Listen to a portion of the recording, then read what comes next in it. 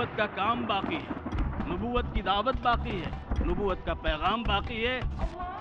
اللہ کے رسول نے فرمایا کہ تم میں سب سے بہتر وہ شخص ہے جو قرآن پاک سیکھے اور سکھائے، جو قرآن پاک کی دعوت کو قبول کرے اور دوسروں تک دعوت پہنچائے، جو قرآن پاک پر عمل کرے اور عمل کرنے کا جذبہ دوسروں کے اندر پیدا کرے۔ وہ خیر امت جس کو اللہ نے نبی کے بعد بعثت کے مقام پر فائز کر کے نبوت کی ذمہ داری دی ہے، وہ ساری ذمہ داریاں ایک ایک کر کے اس امت کے افراد پر لازم ہیں۔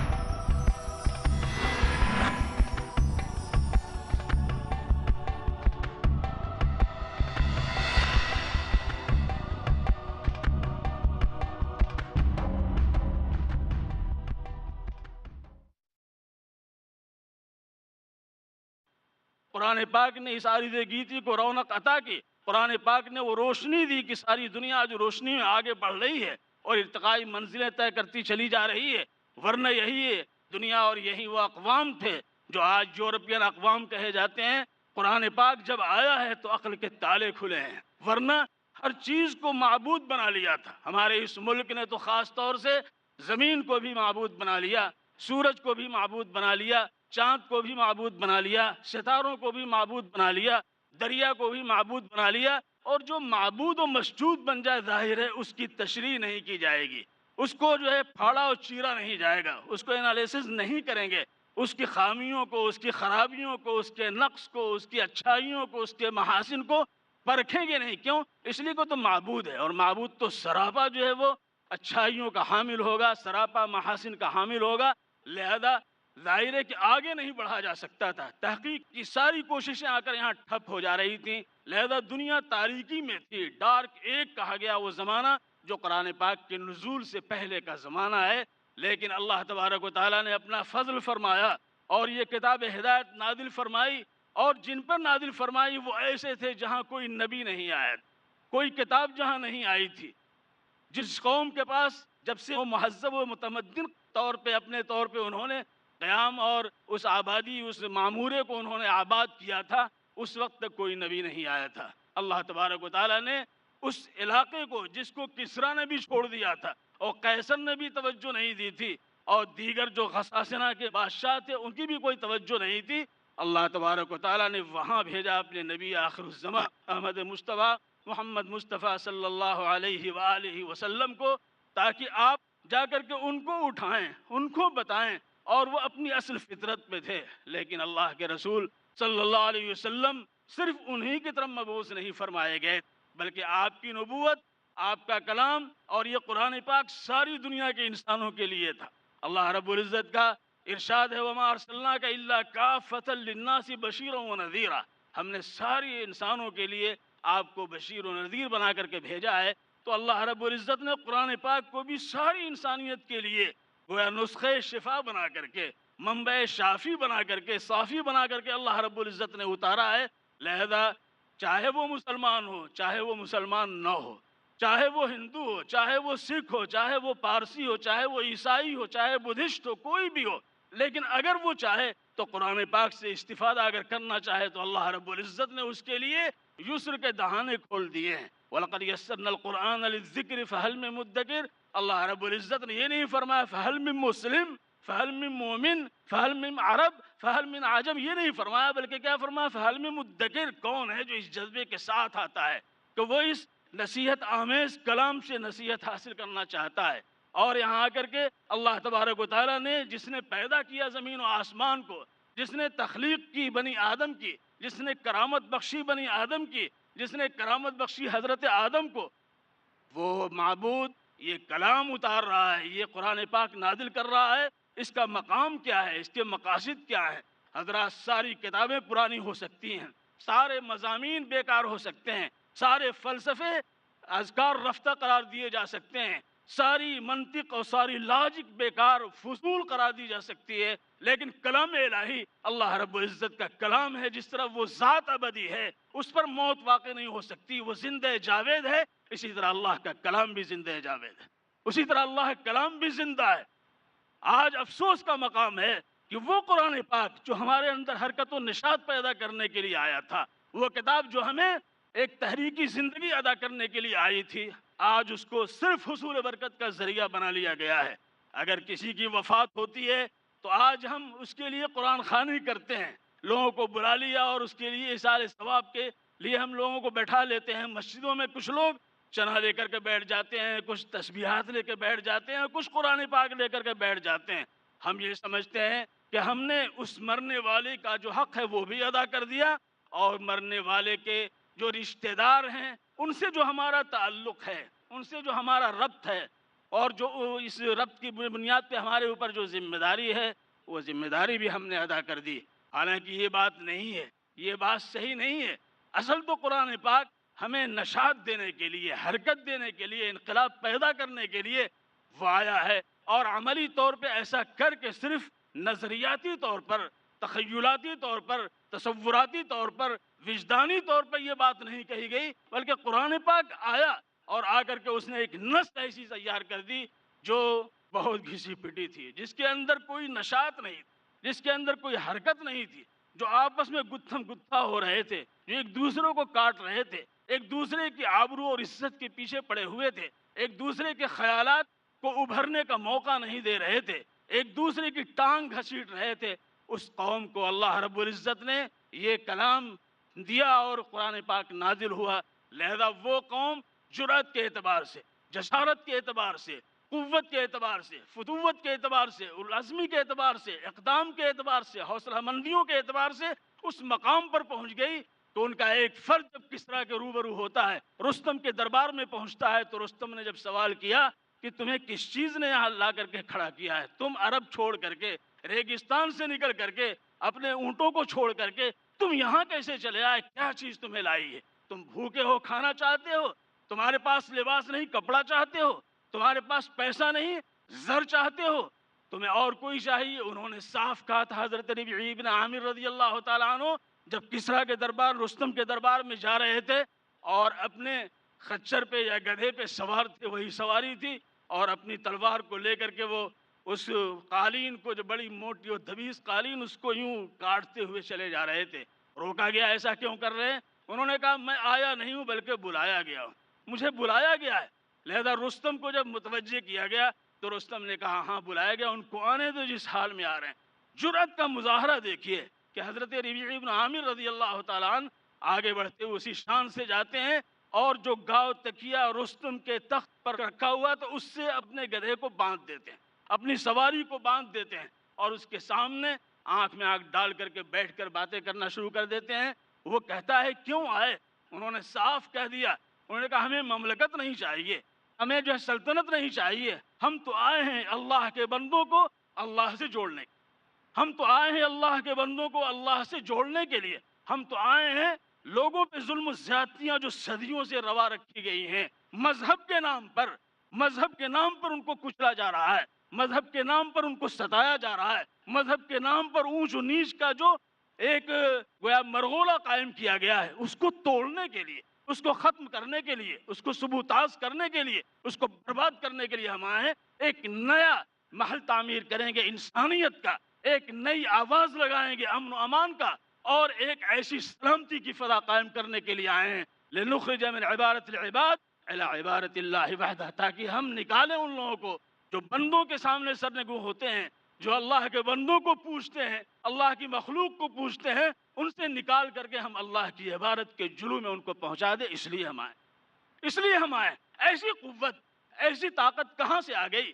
کون سی چیز انجیکٹ کر رہی ہے؟ کون سی انرجی ان کے اندر آ رہی ہے؟ کون سی انہوں نے ایسی کیپسول لے لیا؟ وہ ظاہر ہے وہ کیپسول وہ ہے جو قرآن پاک، وہ اس کے اندر قوت ہے تلوار سے زیادہ، اس کے اندر طاقت ہے میزائل سے زیادہ، اس کے اندر اثر ہے ایٹم بم، ہائیڈروجن بم اور نائٹروجن بم سے زیادہ۔ اسی لیے اللہ رب العزت نے قرآن پاک کے اندر فرمایا دیکھو جو سامنے ہیں، جو حق کے متلاشی نہیں بلکہ حق سے ٹکرانے والے ہیں، حق کے خلاف آواز اٹھانے والے ہیں، حق کو برباد کرنے کے لیے اتارو ہیں، ایسے لوگوں سے تم کس بات سے جہاد کرو؟ کون سا ہتھیار تمہارے پاس ہونا چاہیے؟ کون سا ہتھیار تمہارے پاس ہونا چاہیے؟ اللہ کے رسول احمد مصطفیٰ محمد مصطفیٰ صلی اللہ علیہ وسلم پر جو آیت نازل ہوئی، لوگوں ذرا غور سے پڑھو۔ اللہ رب العزت فرماتے ہیں وَجَاهِدْهُمْ بِهِ جِهَادًا كَبِيرًا، سب سے بڑا جہاد اس قرآن پاک کے ذریعے کرو، بڑا جہاد۔ تلوار کا جہاد ختم ہو سکتا ہے، میزائل کا جہاد ختم ہو سکتا ہے، ایٹم بم گرا کر کے اس کی ساری چیزیں ختم ہو سکتی ہیں، لیکن قرآن پاک کے ذریعے اگر ہم جہاد کریں گے، قرآن پاک کے ذریعے ہم جو ہے دعوت کو لے کر کے آگے بڑھیں گے، قرآن پاک کے ذریعے کنتم خیر امت کی دعوت کو لے کر کے آگے بڑھیں گے، تو یہ نہ صرف ایک نسل بلکہ نسلوں کا تسلسل دعوت کے جلو میں آگے بڑھتا ہوا امن و امان و سلامتی کے گہوارے میں پہنچ جائے گا۔ لہذا ہمارے اوپر یہ فرض بنتا ہے کہ ہم اس دعوت کو سامنے رکھیں، قرآن پاک کی اس حقیقت کو سامنے رکھیں۔ تو اللہ رب العزت نے قرآن پاک کو یہاں کہا وَجَاهِدْهُمْ بِهِ جِهَادًا كَبِيرًا، لیکن اگر ایسا نہیں کریں گے تو پھر کل قیامت کے دن اللہ رب العزت کے حضور میں رسول اللہ صلی اللہ علیہ وسلم تشریف فرما ہوں گے، اور کیا فرما رہے ہوں گے؟ وَقَالَ الرَّسُولُ يَا رَبِّ إِنَّ قَوْمِ اتَّخَذُوا هَذَا الْقُرْآنَ مَهْجُورًا، اور رسول کہیں گے اے میرے پروردگار، یہ میری قوم کے لوگ ہیں، یہ میری قوم کے لوگ ہیں، انہوں نے قرآن پاک کو پس پش ڈال دیا، ہر چیز آگے تھی، ہر چیز آگے تھی، دکان آگے تھی، کھیتی آگے تھی، باغات آگے تھے، تجارت آگے تھی، ملازمت آگے تھی، رشتے و ناطے آگے تھی، اگر کسی چیز کو انہوں نے پیچھے ڈالا تو وہ قرآن پاک کو انہوں نے پیچھے ڈال دیا۔ اور قرآن پاک کو پیچھے ڈالنے کا مقصد کیا ہے؟ لوگ اس کے اثرات کیا ہوں گے؟ یعنی اللہ کو پیچھے ڈال دیا، اللہ کے احسانات کو پیچھے ڈال دیا، اللہ نے تخلیق کر کے جو ہمارے اوپر انعامات کی بارش فرمائی ہے اس کو ہم نے جو ہے پیچھے ڈال دیا۔ ہم سے بڑا مجرم کون ہوگا؟ ہم سے بڑا ظالم کون قرار دیا جائے گا؟ اس جلو میں، اس تناظر میں اگر اس آیت پر آپ غور کریں تو کیسی اہم آیت ہے۔ اللہ کے رسول احمد مصطفیٰ محمد مصطفیٰ صلی اللہ علیہ وآلہ وسلم اللہ رب العزت کے حضور میں کھڑے ہو کر یہ فرما رہے ہوں گے وقال الرسول یا رب ان قوم اتخذوا هذا القرآن مہجورا، پیچھے پش ڈال دیا تھا، چھوڑ دیا تھا۔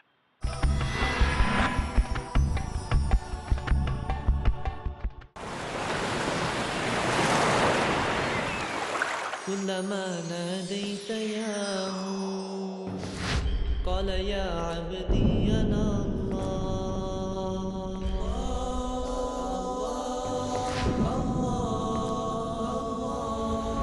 معاملہ اپنی ذات کا ہو یا لوگوں سے تعلقات کا،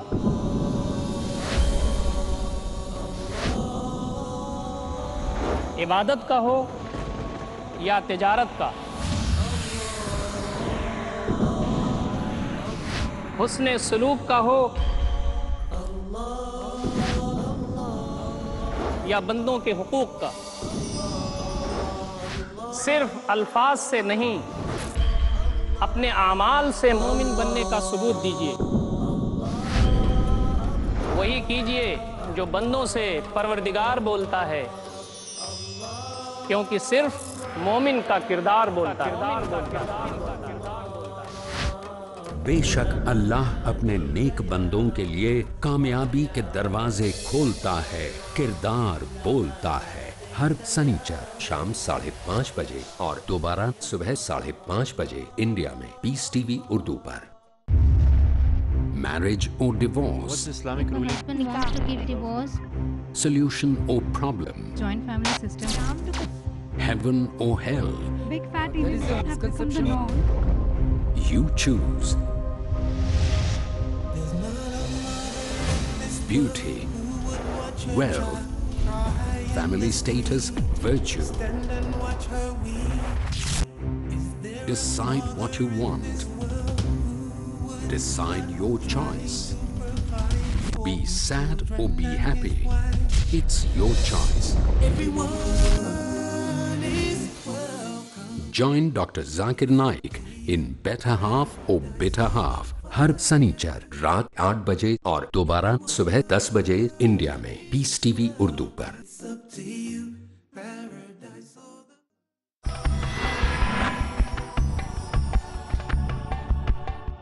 لوگوں قرآن پاک کی اسی عظمت کو، قرآن پاک کی اسی قدر و قیمت کو، قرآن پاک کے اس تعلق کو ہمارے دشمنوں نے سب سے زیادہ سمجھا۔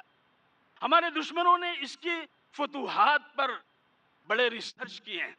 قرآن پاک کے تعلق سے آپ کو ایک واقعہ میں سنانا چاہتا ہوں کہ جس وقت برطانیہ نے فرانس کو شکست دی مصر کی سرزمین پہ، پہلے فرانس وہاں آیا اور اس کے بعد برطانیہ وہاں آ کر کے دخیل ہوا، تو برطانیہ کا جب قبضہ ہو گیا مصر کے اوپر تو اس وقت ایک بڑا جشن منایا گیا، اور اس جشن میں شرکت کے لیے برطانیہ کے وزیر اعظم کو دعوت دی گئی۔ برطانیہ کا وزیر اعظم آیا اور آ کر کے ایک بڑا جشن، ایک عظیم گویا اجلاس بلایا گیا تحریر اسکوائر میں یا اس طرح سے اور کوئی جگہ ہوگی جہاں انہوں نے بلایا ہوگا۔ اس وقت جس وقت وہ آیا وزیر اعظم برطانیہ، اس کے ہاتھ میں ایک کتاب تھی۔ اس نے آ کر کے صاف کہا، صاف لفظوں میں کہا، میں تمہیں ابھی مبارکباد نہیں دینے آیا ہوں، تمہیں اس بات پر شاید تکلیف ہو، شاید تمہیں اس کا احساس ہو کہ میں یہ کیا کہہ رہا ہوں۔ تم نے مصر جیسے ملک کو فتح کیا ہے جو عالم اسلام کا دھڑکتا ہوا دل ہے، جہاں جامع ازہر ہے، جہاں علامہ عینی سپرد خاک ہوئے، جہاں علامہ عسقلانی موجود، اور جہاں بہت سے علماء، بہت سے مفسرین و محدثین اور خود جامع ازہر و مشائخ وہاں موجود، اور آج تم نے اس ملک کو فتح کیا ہے تو یقیناً تمہارے اندر یہ دل کے اندر یہ جذبہ پیدا ہو رہا ہوگا کہ ہمارے وزیر اعظم آ کر کے ہمیں اس پر جو ہے ہماری حوصلہ افزائی فرمائیں گے۔ لیکن یاد رکھو، میں ابھی حوصلہ افزائی نہیں کرتا، ابھی کام باقی ہے، ابھی تو تم نے ایک اسٹیپ بڑھایا ہے، ابھی تو منزل تک پہنچنے کے لیے تمہیں بہت اہم کام انجام دینے ہیں، اور وہ یہ ہے کہ بتاؤ یہ میرے ہاتھ میں کیا چیز ہے۔ جب سوال کیا یہ کیا چیز ہے، سب نے کہا ایک کتاب ہے۔ کون سی کتاب ہے؟ سب نے کہا یہ معلوم نہیں کون سی کتاب ہے۔ پھر اس نے کہا کہ یہ کتاب قرآن پاک ہے۔ یہ کتاب قرآن پاک، ہر مسلمان کا یہ عقیدہ ہے کہ ایک ایک لفظ اللہ کی طرف سے نازل شدہ ہے، اور ہر مسلمان بچہ اپنے سینے سے اس کو لگائے رہتا ہے۔ جس کو پڑھتا ہے تو وہ یہ سمجھتا ہے کہ ایک لفظ پر 10 نیکیاں ملتی ہیں۔ الف لام میم، الف پر 10 نیکی ملتی ہے، لام پر 10 نیکی ملتی ہے، میم پر 10 نیکی ملتی ہے۔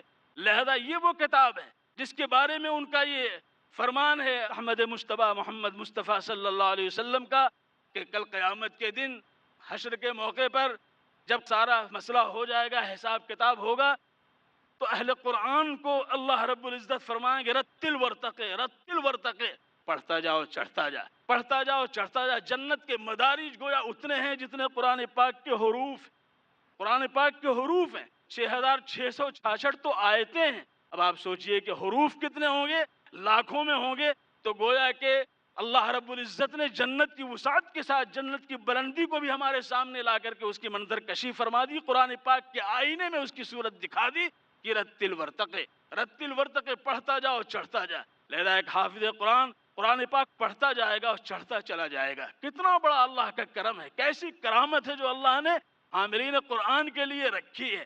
اللہ کے رسول نے فرمایا حملۃ القرآن هم المحفوفون برحمت اللہ، هم الملبسون نور اللہ، هم المعظمون کلام اللہ، ومن والاهم فقد والاه اللہ، ومن عاداهم فقد استخف بحق اللہ، او کما قال علیہ الصلاۃ والسلام۔ اللہ کے رسول نے فرمایا حاملین قرآن اللہ کی رحمت کے جلوہ میں ہوتے ہیں، نورانی لباس انہیں زیبتن کرایا جاتا ہے، وہی قرآن پاک کی قدر و قیمت اور عظمت کو جاننے والے ہیں، تعظیم کرنے والے ہیں۔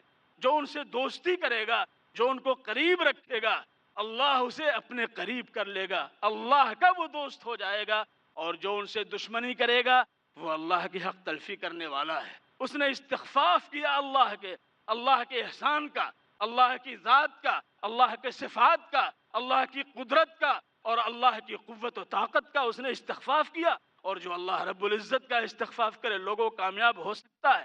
تو حاملین قرآن کا یہ مقام، حاملین قرآن اپنی ذمہ داری بھی سمجھتے تھے۔ حضرت سالم جو قرآن پاک جب پڑھتے تھے تو مسجد نبوی کے اندر ایک کیف السما بن جاتا تھا۔ ایک دفعہ حضرت عائشہ صدیقہ رضی اللہ تعالی عنہا دیر سے حضور اکرم صلی اللہ علیہ وسلم کی خدمت عالیہ میں حاضر ہوئیں۔ حضور نے پوچھا عائشہ کہاں تھی؟ فرمایا حضور ایک فرد قرآن پاک پڑھ رہا ہے، دل کھینچا جا رہا اس کی طرف، لہذا میں سنتی رہی، اس لیے دیر ہوئی۔ حضور گئے اور حضور نے بھی سنا، تو اس وقت معلوم ہوا کہ حضرت سالم ہیں جو غلام تھے، لیکن قرآن پاک نے ان کو اتنا بلند کیا کہ وہ ایک نمایاں شخصیت کے حامل ہو گئے۔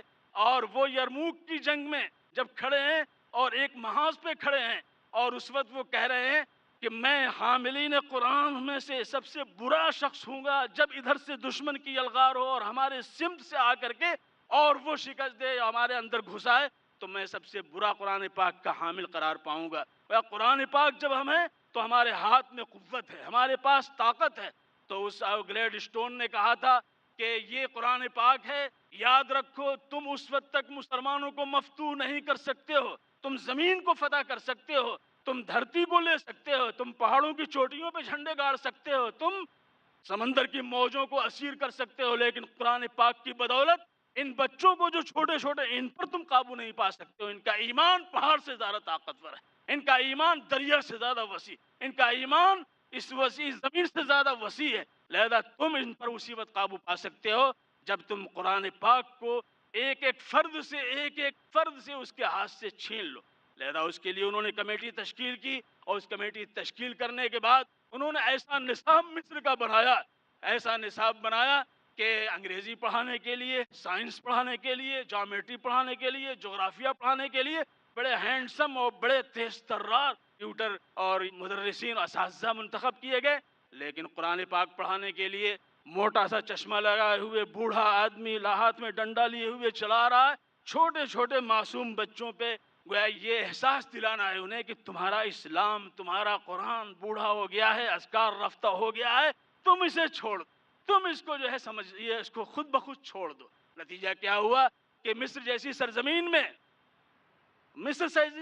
ایسے افراد پیدا ہوئے جنہوں نے اسلام کا استخفاف کیا، جہاں بڑے بڑے اورینٹلسٹ آئے اور مشرقیت کی انہوں نے پورا ریسرچ کیا اور ان کے بڑے بڑے تلامذہ پیدا ہوئے، اور آج ان کی کتابیں ہمارے سامنے ہیں، ان میں ایسی ایسی باتیں آ گئیں جس کی وجہ سے معلوم ہوتا ہے کہ ان کا عقیدہ جو ہے حدیث پر متزلزل ہے، قرآن پاک کی آیتوں کی ایسی تفسیر کرتے ہیں جو ایک نیچری اور گویا کہ طبعی گویا کی ہے، اور معجزات اور دوسری چیزوں کا انکار کر بیٹھتے ہیں۔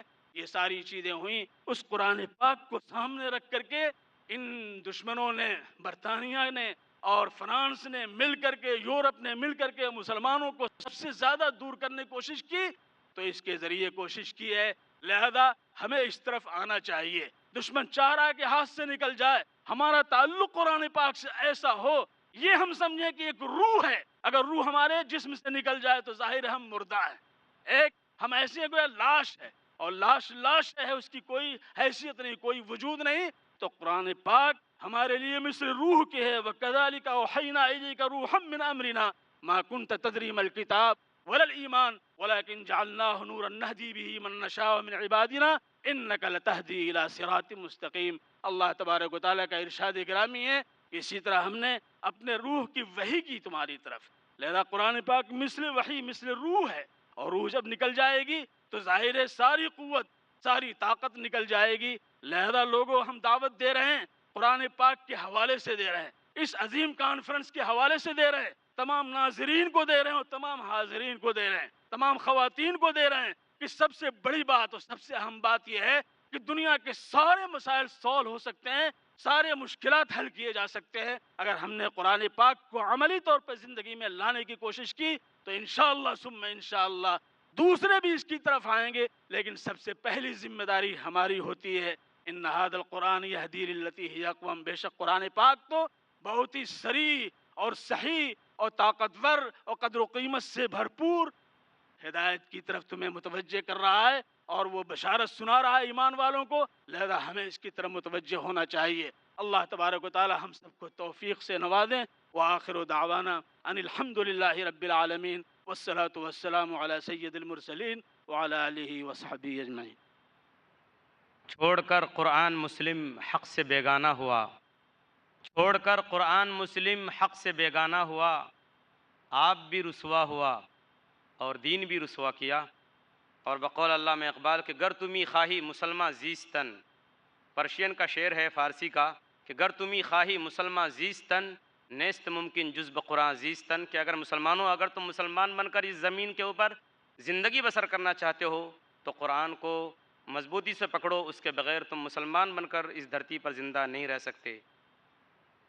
ابھی آپ سماعت فرما رہے تھے مولانا خالد ندوی غازی پوری کی تقریر خیر امت اور تعلق بالقرآن کے عنوان پر۔